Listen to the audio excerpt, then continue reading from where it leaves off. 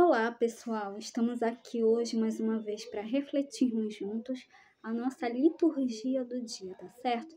E nesse domingo, nesta liturgia, na comemoração de todos os fiéis defuntos, a igreja se une em fé e esperança para rezar pelos nossos irmãos e irmãs que já fizeram sua Páscoa definitiva.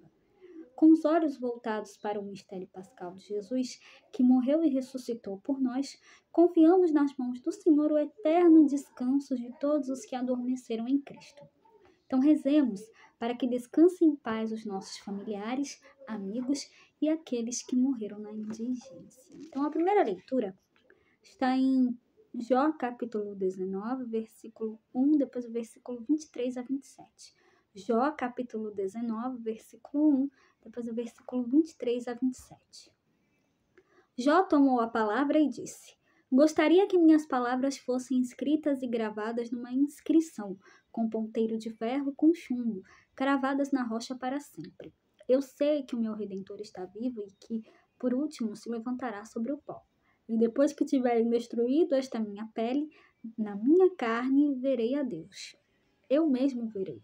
Meus olhos o contemplarão e não os olhos de outros. Então, celebrando hoje a comemoração de todos os fiéis defuntos, proclamamos com firmeza nossa fé no mistério pascal. Rezamos a esperança da passagem da morte à vida daqueles que já faleceram e foram marcados no batismo com o sinal do crucificado. Com o sinal do crucificado ressuscitado. A leitura do livro de Jó nos relata o sofrimento desse personagem veterotestamentário, perseguido pelos seus amigos. Mesmo marcado profundamente pela dor, Jó proclama sua inabalável esperança em Deus. O lamento de Jó é, na verdade, a demonstração da firmeza da fé, que alimenta a esperança depois que todas as dificuldades e dores cessarem. Ele tem a certeza de que verá Deus. O encontro com o Senhor é nossa meta, perspectiva e horizonte. E agora, falando da segunda leitura, hoje ela está em 1 Coríntios, capítulo 15, versículo 20 a 24, e depois o versículo 25 a 28. 1 Coríntios, capítulo 15, versículo 20 a 24, depois o versículo 25 a 28. Irmãos, Cristo ressuscitou dos mortos como primícias dos que morreram. Com efeito, por um homem veio a morte, e é também por um homem que vem a ressurreição dos mortos. Como em Adão todos morrem, assim também em Cristo todos reviverão. Porém, cada qual segundo uma ordem determinada. Em primeiro lugar, Cristo como primícias, depois os que pertencem a Cristo por ocasião da sua vinda. A seguir, será o fim, quando ele entregar a realeza a Deus Pai. Pois é preciso que ele reine até que todos os seus inimigos estejam debaixo de seus pés. O último inimigo a ser destruído é a morte. Com efeito, Deus pôs tudo debaixo de seus pés. Mas quando ele disser tudo está submetido, é claro que estará excluído desta submissão aquele que submeteu tudo a Cristo. E quando todas as coisas estiverem submetidas a ele, então o próprio Cristo se submeterá àquele que lhe prometeu todas as coisas, para que Deus seja tudo em todos. Então aqui, na segunda leitura, em 1 Coríntios, São Paulo fala que em Cristo todos reviverão. Então que nós possamos anunciar essa boa nova a todos. Deus deu seu Filho para nos salvar dos pecados. Cristo deu a vida por nós para nos salvar dos pecados e ressuscitou ao terceiro dia. Então, que nós possamos dar testemunho disso a todos, que nós possamos anunciar a boa nova do reino a todos.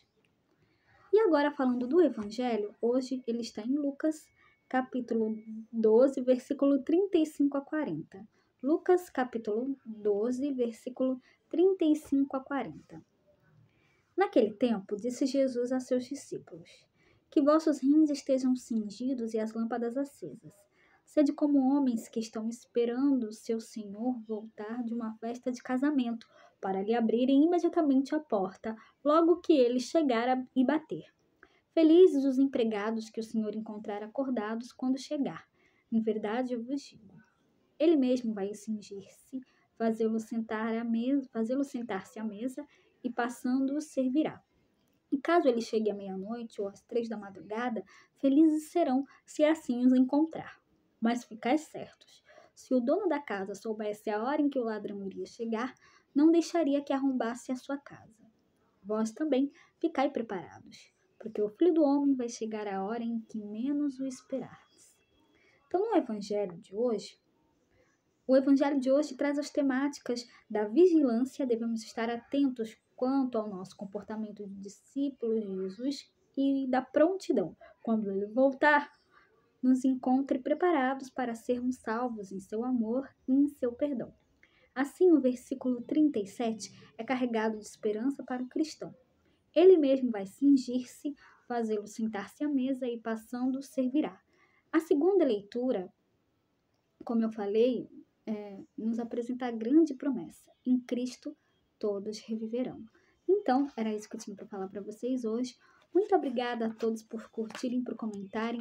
Aqueles que só assistem mesmo também agradeço. Espero que vocês tenham gostado dessa reflexão de hoje. Espero encontrá-los todos aqui amanhã, segunda-feira, se Deus quiser, para continuarmos refletindo cada vez mais as leituras da Sagrada Escritura. Então, muito obrigada a todos e até a próxima, se Deus quiser.